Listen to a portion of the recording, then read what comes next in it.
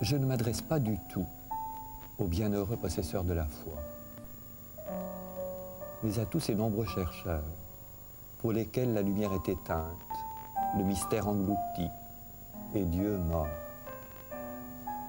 Pour la plupart, il n'y a pas de retour. Et qui saurait d'ailleurs dire si le chemin du retour en arrière est le meilleur? Originally, I wanted to be an archaeologist, Assyriology, Egyptology, or something of the sort. I hadn't the money. The study was too expensive. So my second love then belonged to nature, particularly zoology. And when I began my studies, I inscribed in the so-called philosophical faculty 2, that means natural sciences.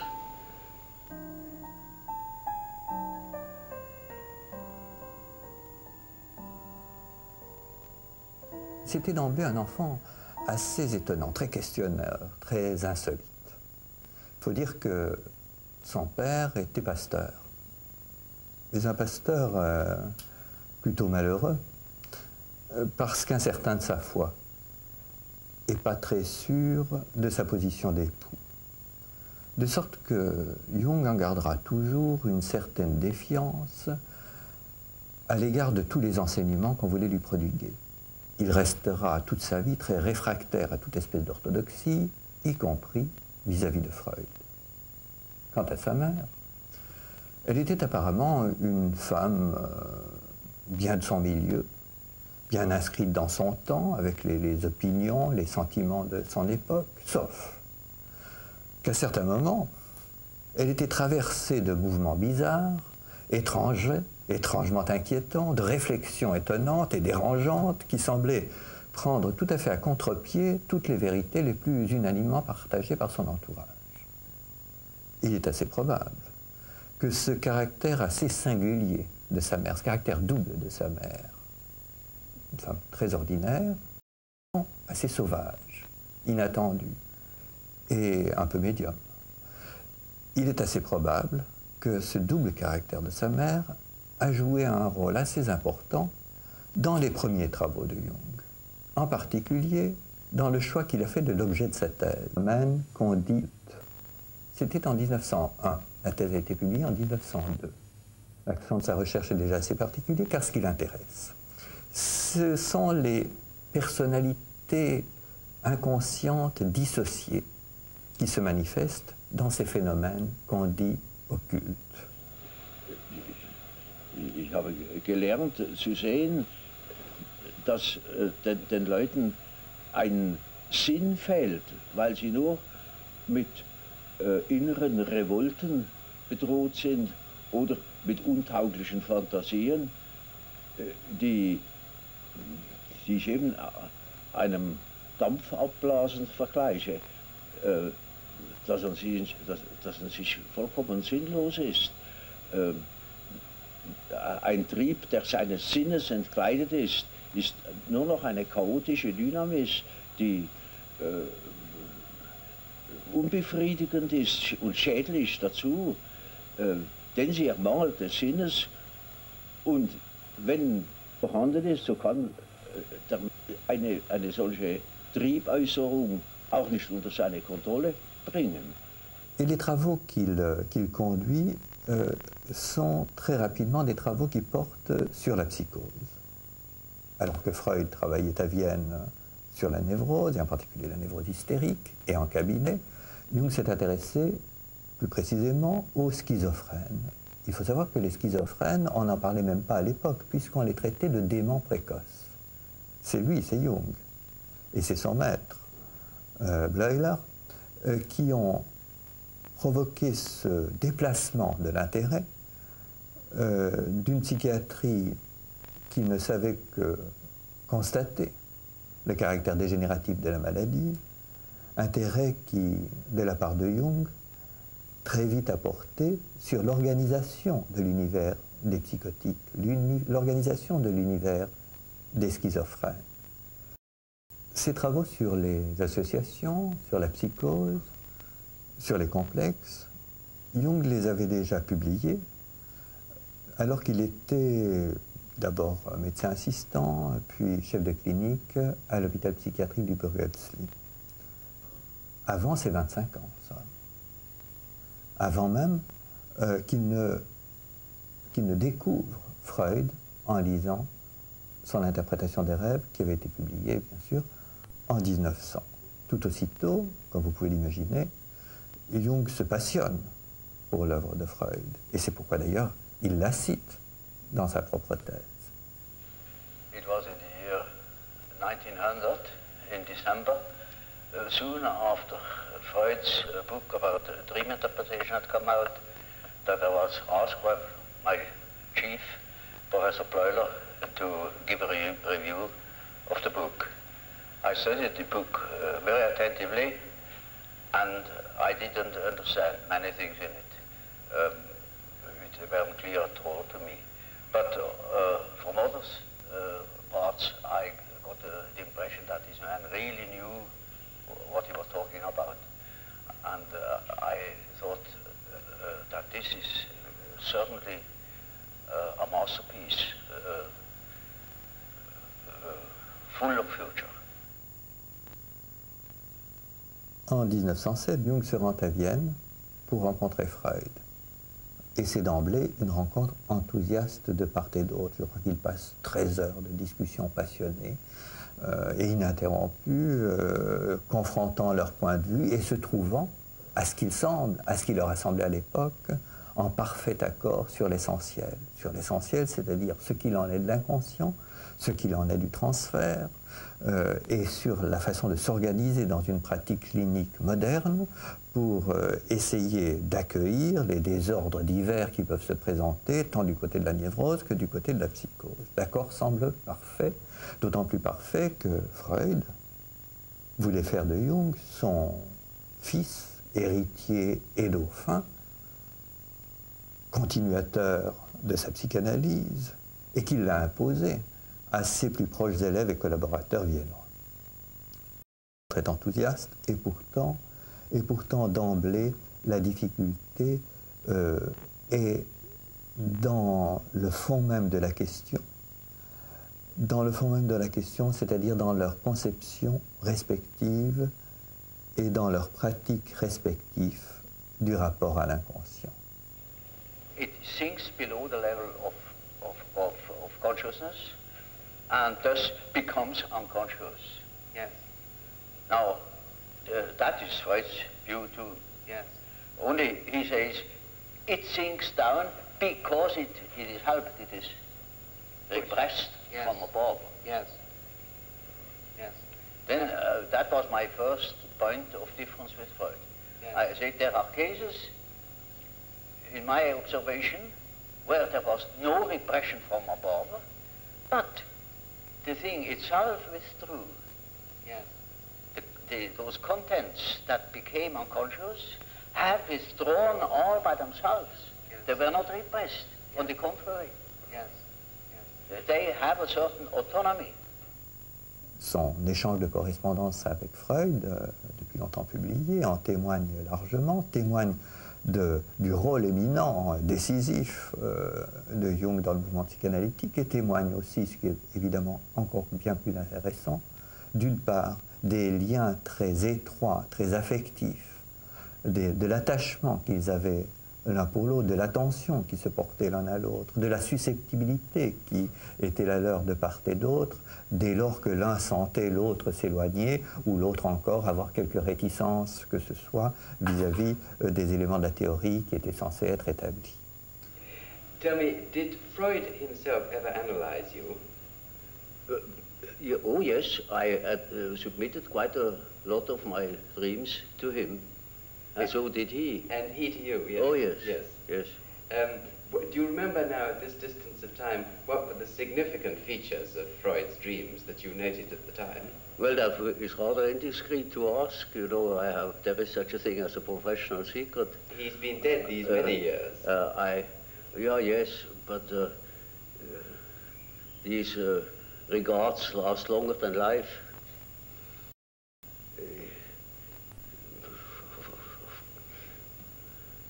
I prefer not to talk about it. les difficultés commencent à se faire jour entre eux deux. Quelles que soient ces difficultés d'ailleurs, leur rapport reste toujours très affectif, très proche. Et la rupture qui se profile sera aussi douloureuse pour l'un que pour l'autre, à l'évidence. Cette rupture ne se fait que très progressivement, bien sûr. On la voit venir en suivant la correspondance entre Freud et Jung, par la progressive froideur qui envahit les pages, alors qu'elles étaient si chaleureuses au début, et on les voit venir par les réticences que l'un et l'autre manifestent quant aux positions de son autre correspondant, dès lors qu'il y va toujours de cette même question essentielle, mais alors qu'en est-il de l'inconscient? En 1913, Jung démissionne de ses fonctions de rédacteur en chef de la revue officielle du mouvement psychanalytique. En 1914, il démissionne de la présidence de l'Association internationale et la même année, il quitte l'association elle-même avec le groupe de Zurich et il se retire à Zurich.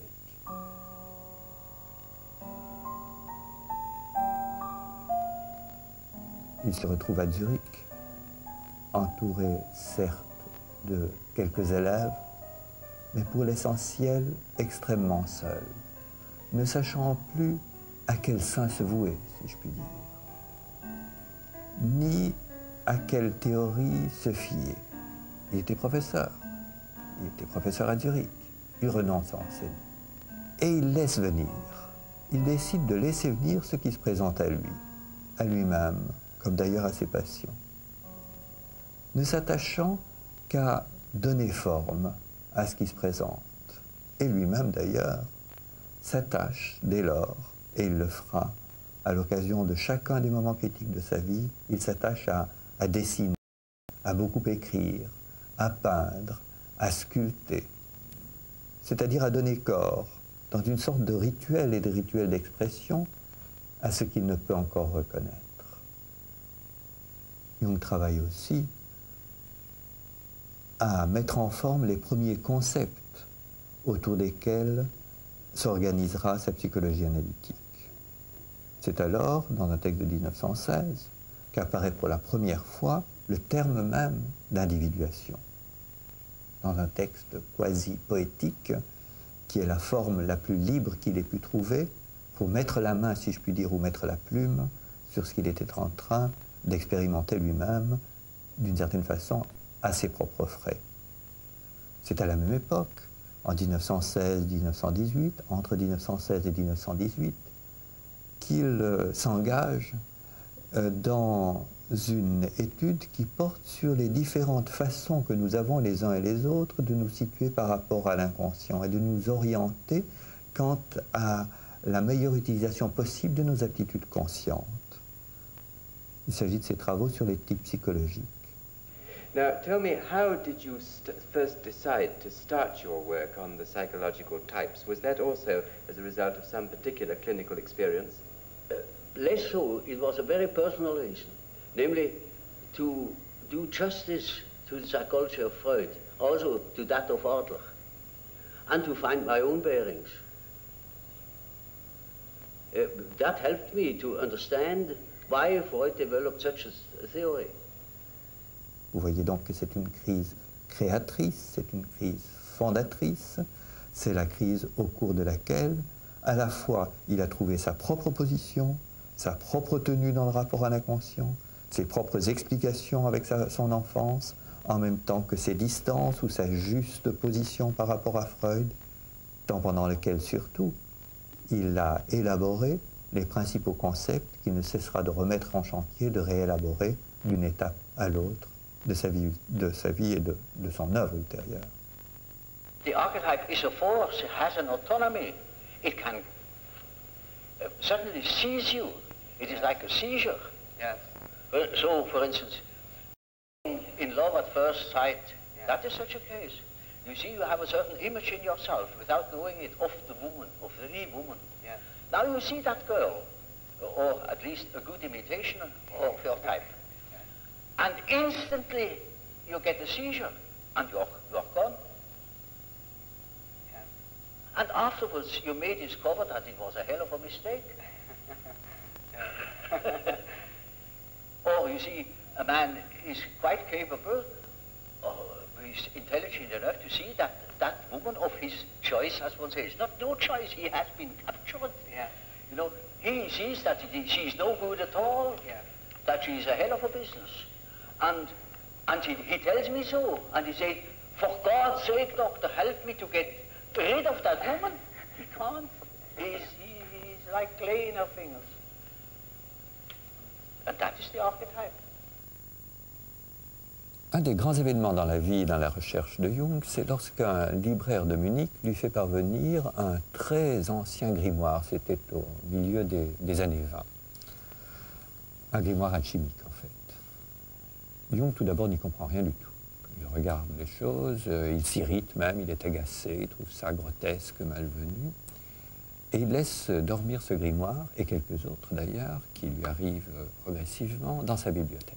Et puis progressivement, il se pique au jeu, il essaie d'y comprendre quelque chose, il fait un travail très précis, il repère les mots récurrents, les images récurrentes.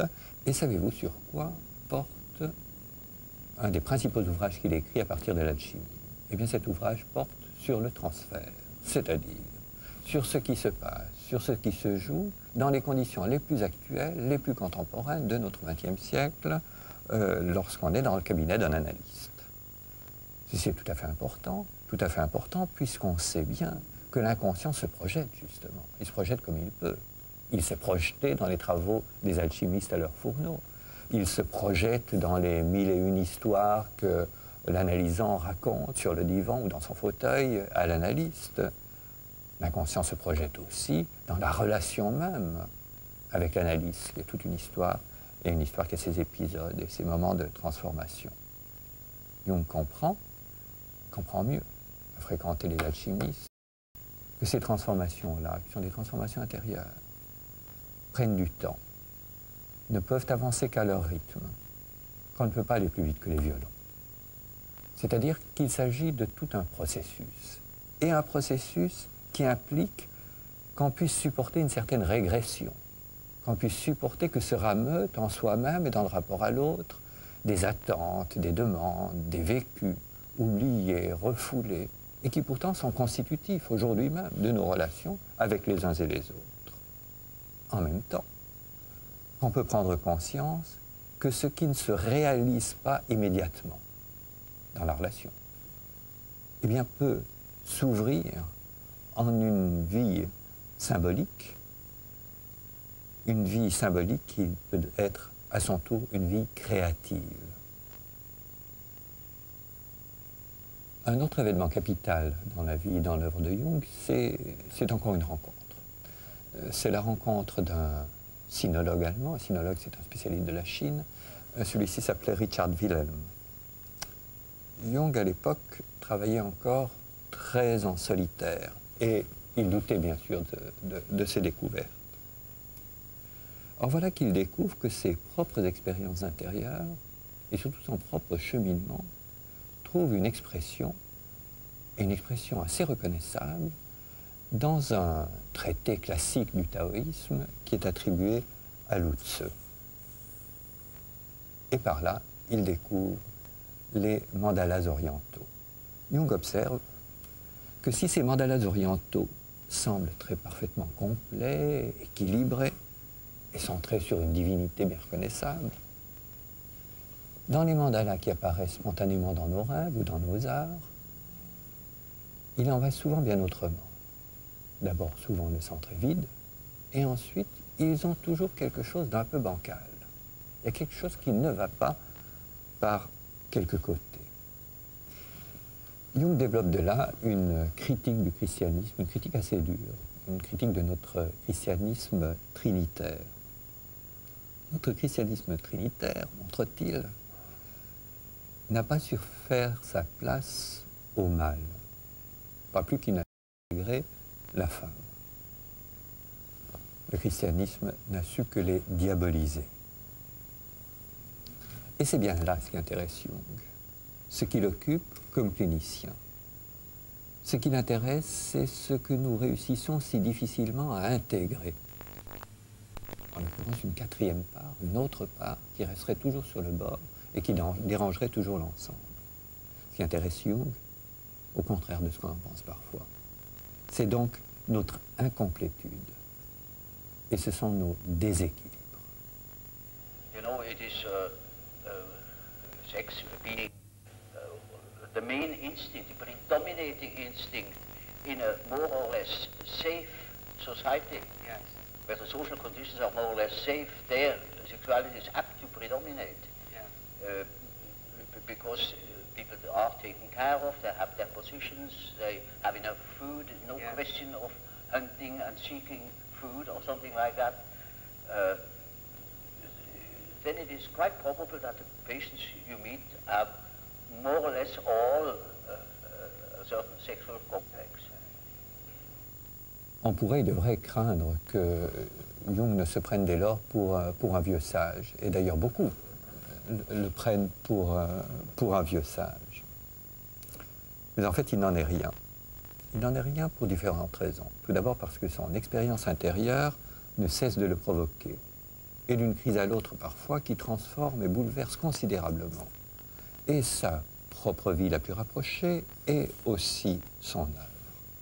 Ensuite, c'est un homme constamment actif et voyageur. Il est allé plusieurs fois en Afrique, il est allé aux Indes, il a rendu visite aux Indes et d'Amérique.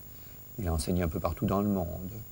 Et puis il a vécu d'une vie affective et le cas échéant amoureuse qui n'avait rien d'immobile. Enfin, l'actualité constamment le provoque. Quelle actualité? Eh bien, tout d'abord, celle de l'Allemagne nazie, bien sûr.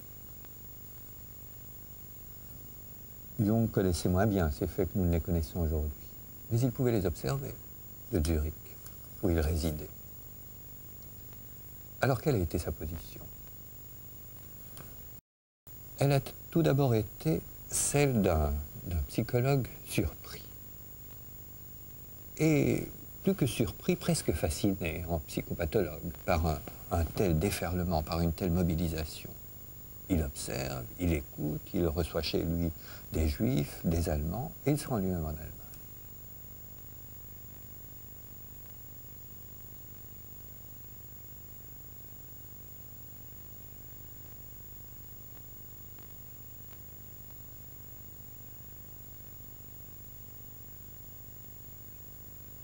En 1933, il prend toute une série de mesures pratiques. Il décide de transférer le siège de cette société de l'Allemagne, contrôlée par les nazis, en Suisse. Et la direction éditoriale de la revue aussi. Bien sûr, pour la soustraire à l'emprise des nazis. Et surtout, il promeut toute une série de règles qui permettent l'adhésion directe de tout psychothérapeute à la Société internationale sans passer par son groupe national, ce qui permettait aux juifs allemands psychothérapeutes de déjouer les paragraphes ariens mis en place par le régime nazi.